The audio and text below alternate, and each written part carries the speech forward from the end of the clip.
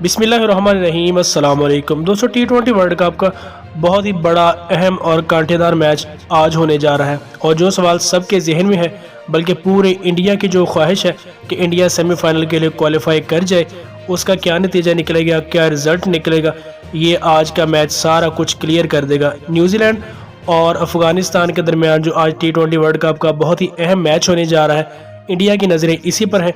और इंडिया अफ़गानिस्तान को हराकर, बल्कि जो उन्हें पेड करके उन्हें हराया है, बल्कि जो जीत है वो ख़रीदी है, उसके बाद आज फिर उसकी नज़रें अफ़गानिस्तान पर होंगी, उनके रहमो करम पर होंगी।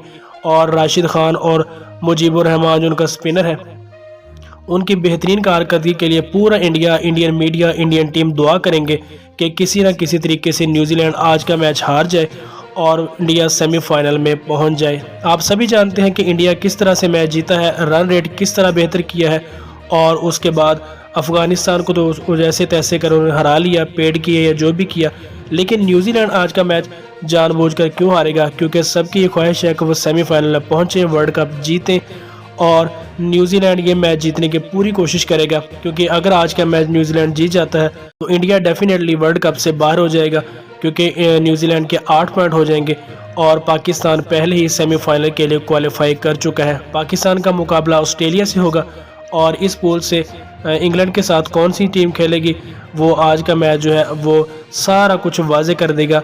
लेकिन इंडियन मीडिया, इंडियन शायकीन जो है, जाहिर सी बात है हर मुल्क अपने जो प्लेयर के लिए दुआ करता है, कोशिश करता है, लेकिन इंडिया डेफिनेटली खेल कर नहीं जीता, अच्छी कारकर्दगी की वजह से नहीं जीता। बिलाशुबा वो अच्छी टीम है, लेकिन वर्ल्ड कप में बुरी तरह फ्लॉप हुई है।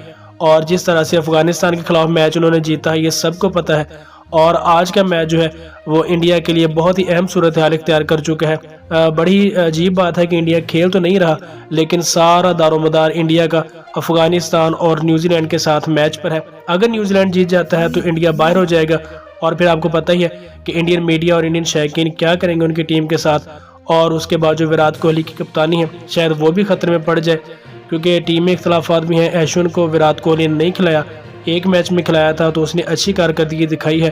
तो अब विराट कोहली भी शायद यही दुआ करेगा कि आज न्यूजीलैंड की टीम जो है वो बुरा खेले और अफ़गानिस्तान की टीम बहुत अच्छा खेले और बेहतरीन रन रेट के साथ न्यूजीलैंड को हरा सके। तो ओवरऑल बहुत ही दिलचस्प सूरत हाल है।